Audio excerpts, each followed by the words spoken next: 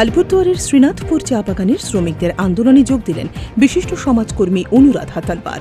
তার অভিযোগ, শ্রীনাথপুর চা বাগানের শ্রমিকদের পিএফের প্রায় 3.5 কোটি টাকা জমা করেনি মালিকপক্ষ। প্রাপ্য অধিকার থেকে বঞ্চিত রাখা হয়েছে। বাগানে নামেই শুধু হাসপাতাল আছে, যেখানে শুধু জ্বর আর পেট খারাপের ওষুধ মেলে, একটা অ্যাম্বুলেন্স পর্যন্ত নেই। অনুরাধা আরও জানান, ওই চা বাগানে অফিস বলতে কিছু নেই, এমনকি ব্যবস্থা নেই শ্রমিকদের তথ্য লিপিবদ্ধ করারও। শ্রীনাথপুরের শ্রমিকেরা গ্র্যাচুইটির টাকা ঠিকমতো পাচ্ছেন না বলে অভিযোগ করেন তিনি।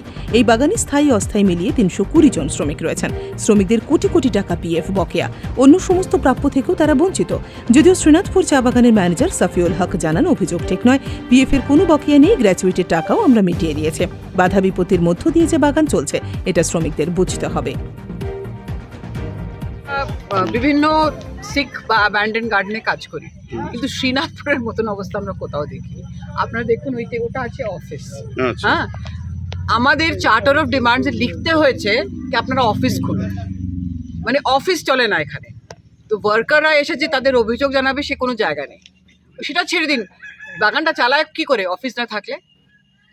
ঠিক আছে, তো এই অবস্থা আছে এই বাগানের। আর এখানে 3.5 কোটি টাকা বাকি আছে। 3.5 কোটি। আমরা তো আপনারা হয়তো জানেন, আমরা সুপ্রিম কোর্টে কেস করেছি ডিউজ নিয়ে, 29টা বাগানের ডিউজ নিয়ে। তার মধ্যে শ্রীনাথপুর আছে। শ্রীনাথপুরে রিসেন্টলি পিএফ এর ক্যালকুলেশনস এসছে, তো এখানে 3.5 কোটি টাকা পিএফ বাকি আছে ওয়ার্কার্সের।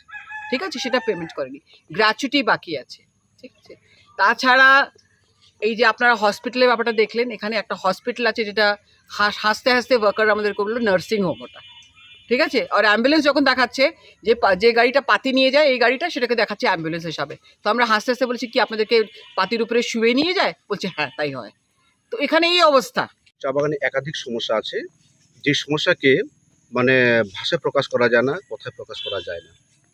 এটা দীর্ঘ 50 বছর ধরে আমরা যা দেখছি, আমার বয়স তো নিশ্চয়ই 50 বছর নয়, তবে আমি যা দেখছি আর কি, আমার দাদু দিদারা এখনো টাকা পায়নি, পিএফের টাকা, পিএফ গ্র্যাচুইটি এখনো ডিউজ পড়ে আছে এখানে।